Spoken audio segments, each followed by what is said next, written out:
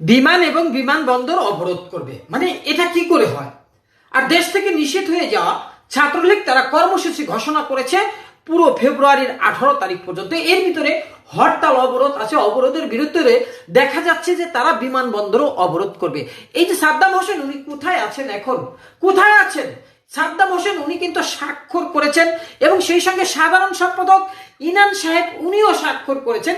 দেশ থেকে নিষেধ হওয়া ছাত্রলীগ ওনারা দাবি করছে যে এবারের সংগ্রাম গণতন্ত্র পুনরুদ্ধারের সংগ্রাম। এমনকি এই যে ওনারা বলছে যে এইটা হচ্ছে অবৈধ অসাংবিধানিক সরকার।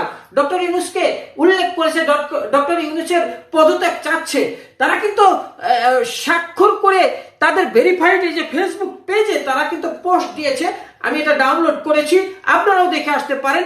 আরেকটি কথা, এই যে হরতাল অবরোধ কি জনগণ মানবে, মেনে নিবে? তাদের এটা এর আগেও তো তারা তাদের কর্মসূচি ঘোষণা করেছিল, তাদের কিন্তু মাঠে দেখা যায়নি।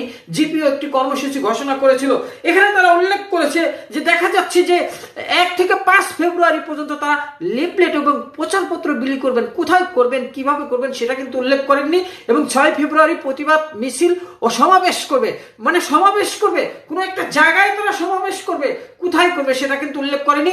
10 ফেব্রুয়ারি বিক্ষোভ সমাবেশ, তারপর 16 ফেব্রুয়ারি সড়কপথ, রেলপথ, বিমানবন্দর সবকিছু অবরোধ, 18 ফেব্রুয়ারি হরতাল।